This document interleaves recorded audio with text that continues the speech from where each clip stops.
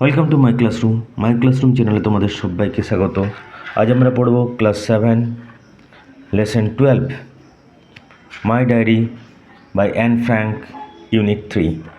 দেখে যাও, unit 3, Saturday 20th June 1942। Saturday 20th June 1942, শনিবার 20শে জুন 1942 সাল। দেখো ছোট্ট লেখিকা কী লিখছেন তার ডায়েরিতে। I have not written for a few days because I wanted first of all to think about my diary. I have not written for a few days, আমি বেশ কয়েকদিন কিছু লিখিনি। বিকজ, কারণ, I wanted first of all, প্রথমত আমি চেয়েছিলাম, to think about my diary, আমার দিনলিপি নিয়ে ভাবতে।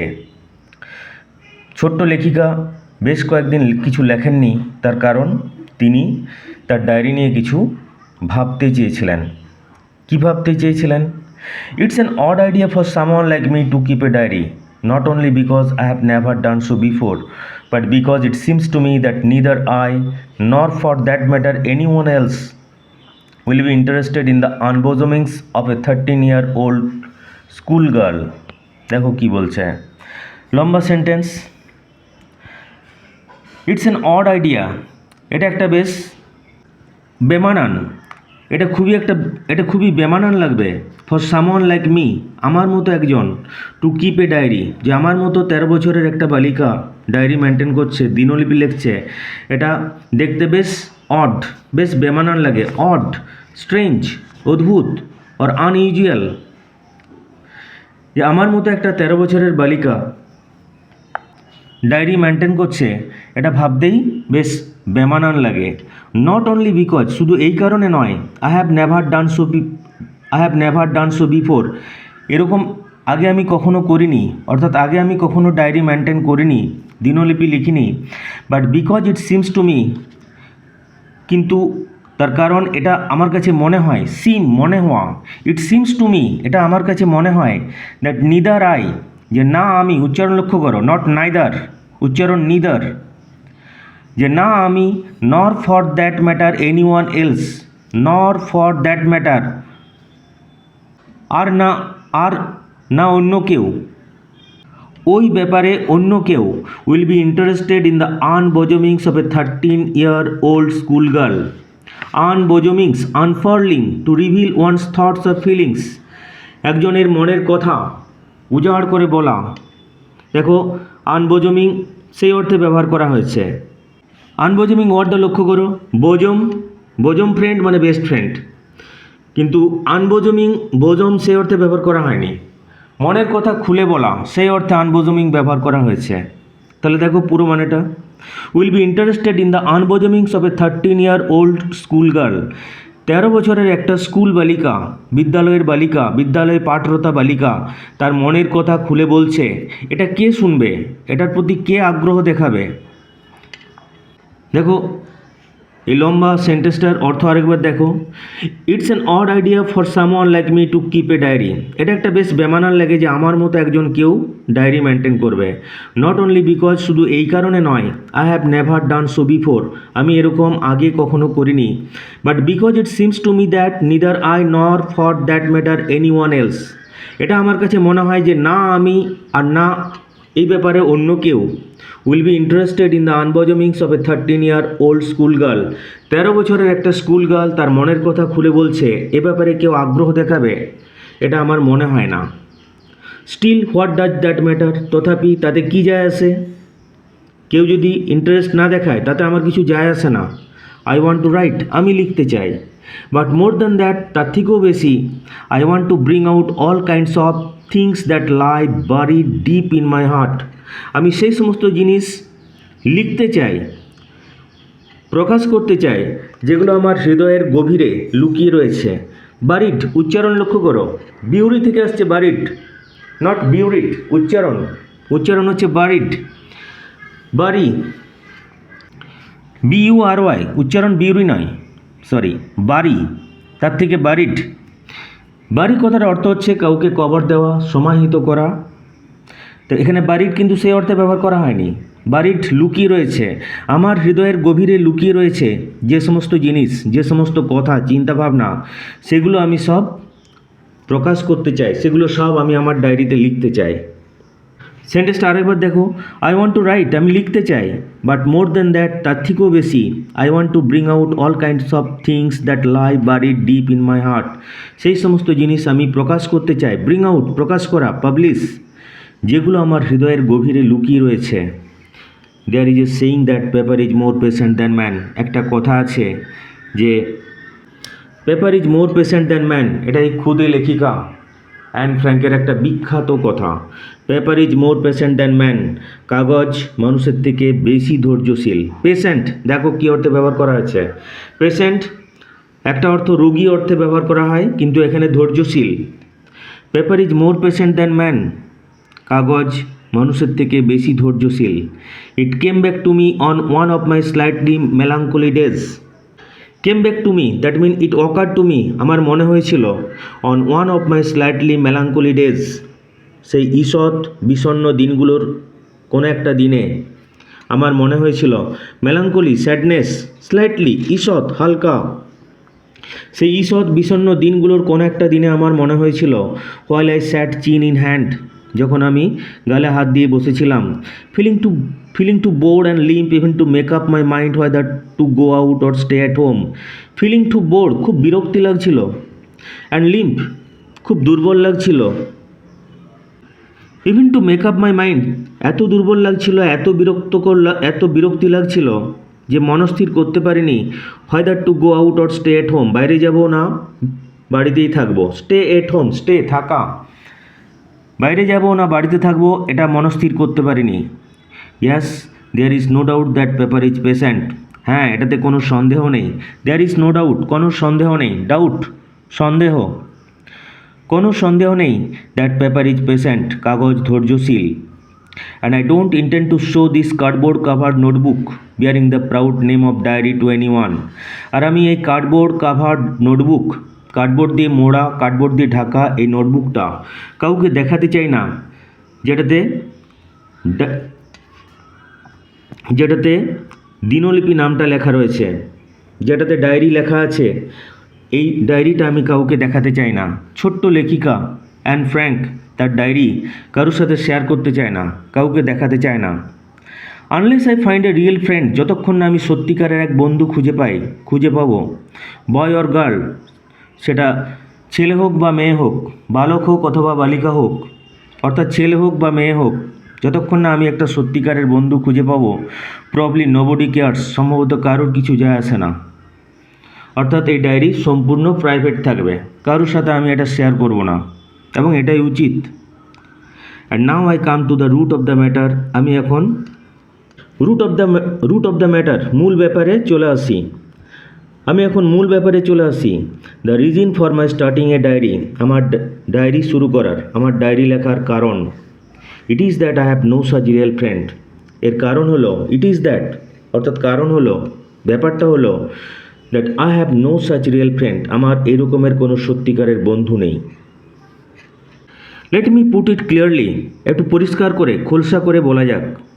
Since no one would believe that a girl of 13 feels herself quite alone in the world, nor is it so.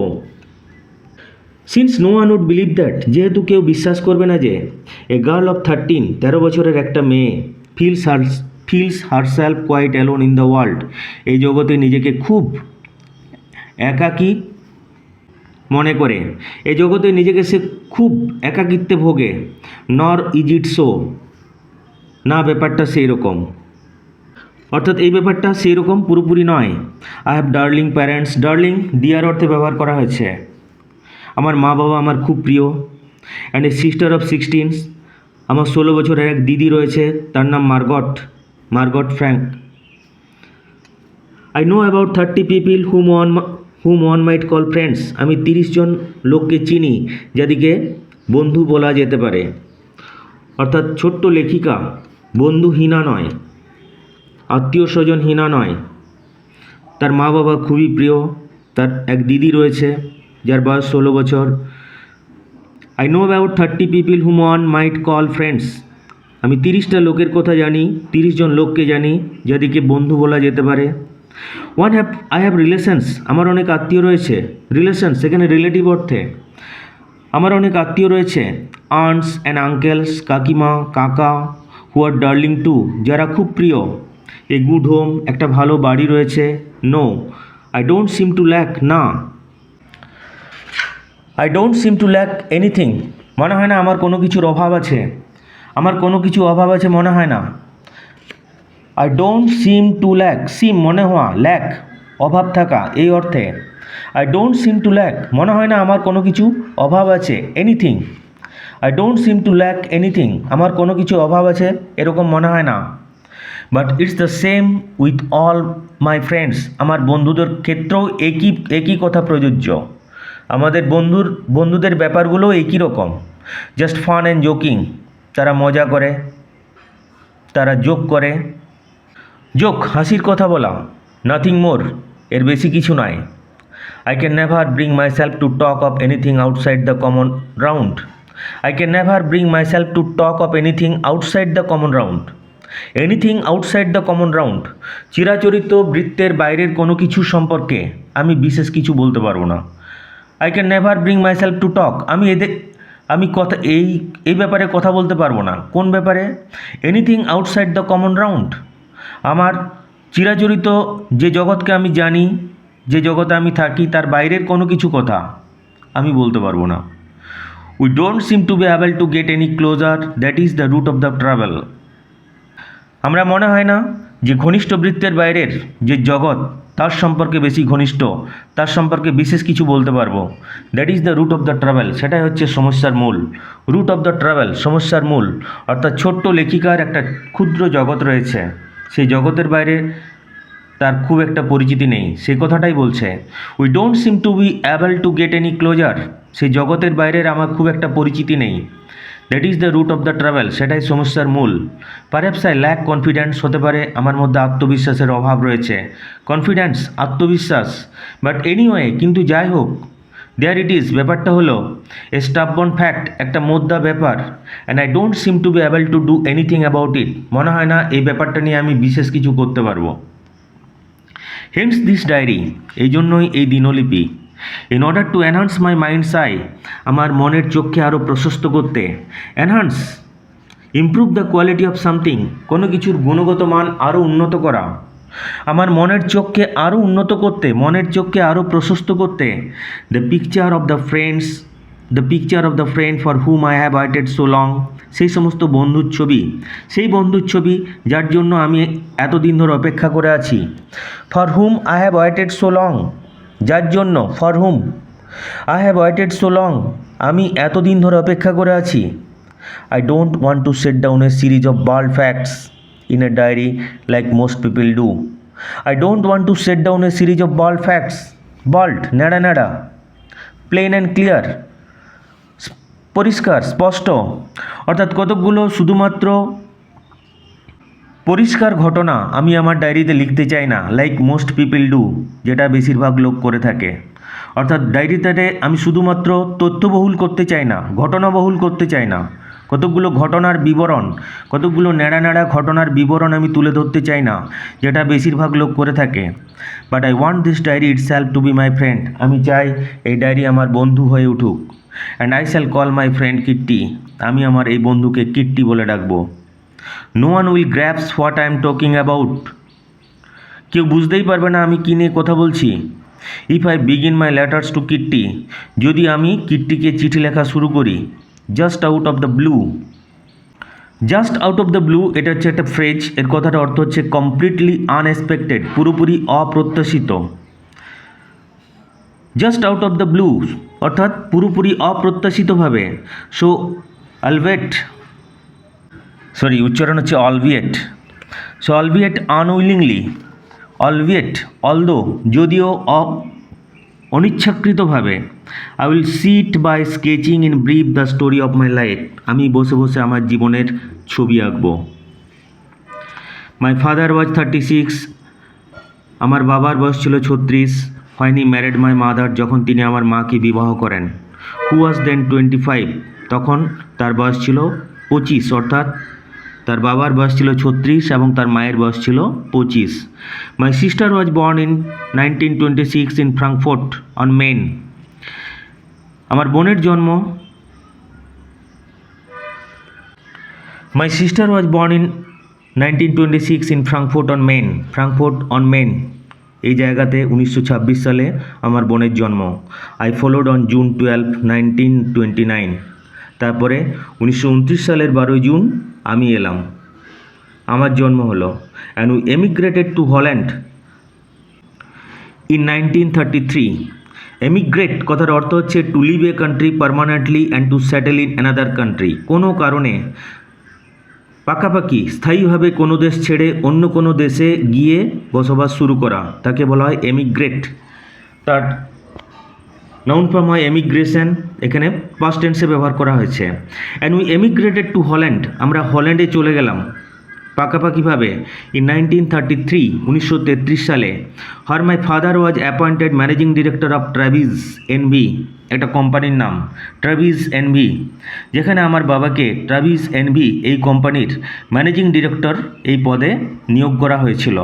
অর্থাৎ তার বাবা একটা ভালো কোম্পানিতে একটা উঁচু পদে নিয়োগ পেয়েছিলেন, অ্যাপয়েন্টমেন্ট পেয়েছিলেন, সেই কারণে 1933 সালে তারা জার্মানি ছেড়ে হল্যান্ডে পাড়ি জমায়। The rest of our family, however, felt the full impact of Hitler's anti-Jewish laws, so life was filled with anxiety. আমাদের পরিবারের বাকিরা সবাই however যাই হোক felt the full impact of Hitler's anti-Jewish laws, হিটলারের ইহুদি বিদ্বেষী যে সমস্ত আইন তার পূর্ণ প্রভাব পড়েছিল তার পরিবারের বাকি সদস্যদের উপর।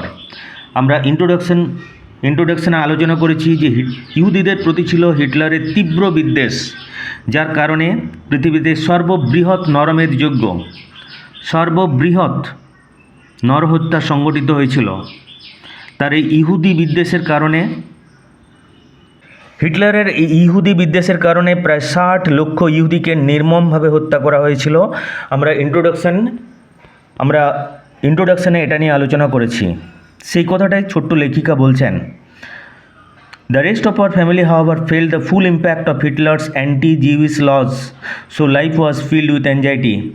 আমাদের পরিবারের বাকি সদস্যদের উপর হিটলারের ইহুদি বিদ্বেষী আইনের পূর্ণ প্রভাব পড়েছিল, তাই জীবন ছিল উদ্বেগে ভরা। Life was filled with anxiety, জীবন ছিল উদ্বেগে ভরা। অ্যাংজাইটি, উদ্বেগ। ইন 1938, 1938 সালে মাই 2 আঙ্কেলস, আমার 2 কাকা, মাই মাদার্স ব্রাদার্স, আমার মায়ের 2 ভাই অর্থাৎ তার মামা, মানে ম্যাটার্নাল আঙ্কেল তার কথা বলা হচ্ছে। আমার 2 মামা এসকেপ টু দ্য ইউএসএ, তারা আমেরিকা যুক্তরাষ্ট্রে পালিয়ে গেছিল। হিটলারের অ্যান্টি জিউইশ ল, ইহুদি বিদ্বেষী আইন, ইহুদি বিরোধী আইন যখন লাগু হচ্ছিল, তখন যে সমস্ত ইহুদিদের সুযোগ সুবিধা ছিল তারা অন্য দেশে পালিয়ে গেছিল। পৃথিবীর সর্বশ্রেষ্ঠ বিজ্ঞানীদের একজন আইনস্টাইন সেই সময় আমেরিকায় চলে গেছিলেন, কিন্তু তার পরিবারের বাকি সদস্যদের কী হয়েছিল only god nose. My old grandmother came to us, আমার বৃদ্ধা ঠাকুমা আমাদের সাথে এসে থাকতে শুরু করলেন, আমাদের সাথে এলেন, আমাদের কাছে চলে এলেন। শি ওয়াজ দেন 73, তার বয়স ছিল তখন 73। গ্র্যানি ডায়েড ইন জানুয়ারি 1942, 1942 সালের জানুয়ারি মাসে তার ঠাকুমা মারা গেল। গ্র্যানি, ঠাকুমাকে আদর করে গ্র্যানি ডাকা হয়। তার ঠাকুমা মারা গেলেন। No one will ever know how much she is present in my thoughts and how much I love her still. কেউ কোনো দিন জানতেও পারবে না যে আমার ঠাকুমা আমার চিন্তাভাবনার মধ্যে কতখানি জুড়ে, আমার চিন্তাভাবনার কতখানি জুড়ে রয়েছে এবং আমি তাকে কত ভালোবাসি। অর্থাৎ ঠাকুমার সাথে ছিল তার আত্মিক বন্ধন। ছোট্ট অ্যান ফ্র্যাঙ্ক, তার চিন্তাভাবনা জুড়ে তার চিন্তাভাবনার অনেকটাই জুড়ে ছিল তার ঠাকুমা এবং তাকে তিনি খুব ভালোবাসতেন। No one will ever know how much she is present in my thoughts, কেউ কোনো দিন জানতেও পারবে না যে আমার চিন্তাভাবনার কতটা জুড়ে রয়েছে আমার ঠাকুমা। And how much I love her still, আর আমি তাকে এখনও কতটা ভালোবাসি। ইন 1934, 1934 সালে I went to school at the Montessori kindergarten and continued there. আমি মন্টেসরি কিন্ডারগার্টেন স্কুলে চলে গেলাম আর আমার স্কুলিং সেখানেই চলতে লাগলো। কন্টিনিউ, চলতে থাকা। কিন্ডারগার্টেন কথাটা অর্থ হচ্ছে শিশুদের উদ্যান। বিশিষ্ট শিক্ষাবিদ মন্টেসরি শিশুদের জন্য এই আনন্দদায়ক শিক্ষা পদ্ধতির উদ্ভাবন করেছিলেন, তাই এই শিক্ষা পদ্ধতির নাম মন্টেসরি কিন্ডারগার্টেন। এই কিন্ডারগার্টেনকে তোমরা চলতি কথায় KG1 KG2 বলে ডাকো, KG2 বলো। ইন 1934 আবার পড়ছি, in 1934 I went to school, আমি স্কুলে চলে গেলাম। At the Montessori kindergarten, Montessori kindergarten স্কুলে চলে গেলাম। অ্যান্ড কন্টিনিউড দেয়ার, আমার স্কুলিং সেখানেই হতে লাগলো। It was at the end of the school year, school ইয়ারের শেষে, স্কুলের শেষ বছরে। I was in form 6B, আমি হয়তো ষষ্ঠ শ্রেণীতে ছিলাম।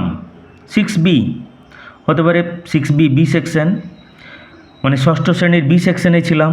When I had to say goodbye to Mrs K, শ্রীমতী কে আমাকে বিদায় জানাতে হয়েছিল। উই বোথ ওয়েপ্ট, আমরা দুজনেই খুব কেঁদেছিলাম। ইট ওয়াজ ভেরি স্যাড, খুব খারাপ লেগেছিল, মানে বিচ্ছেদের জন্য, প্রিয় শিক্ষিকার সাথে বিচ্ছেদ হচ্ছে। ইন 1941, 1941 সালে, I went with my sister Margot, আমার বড় দিদি মার্গটের সাথে আমি চলে গেলাম। To the Jewish secondary school, ইহুদি একটা মাধ্যমিক বিদ্যালয়ে, জিউইশ সেকেন্ডারি স্কুলে আমি চলে গেলাম। She in the fourth form, সে পড়লো ফোর্থ ফর্মে।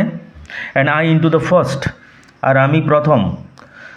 মানে এটা আমাদের শিক্ষা ব্যবস্থার মতো নয়, ওখানে যে শিক্ষা ব্যবস্থা ছিল তার চতুর্থ ফর্মে। এবং ছোট্ট লেখিকা অ্যান ফ্র্যাঙ্ক সে ফার্স্ট ফর্মে ভর্তি হলো। সোফার এতদূর পর্যন্ত এভরিথিং ইজ অল রাইট, সব কিছু ঠিকই রয়েছে, সব কিছু ঠিকঠাক আছে। উইথ দ্য 4 of us, আর আমাদের পরিবারের 4 জন, ছোট্ট অ্যান ফ্র্যাঙ্ক, তার দিদি মার্গট ফ্র্যাঙ্ক, তার মা এবং তার বাবা ওটো ফ্র্যাঙ্ক, এই 4 জন।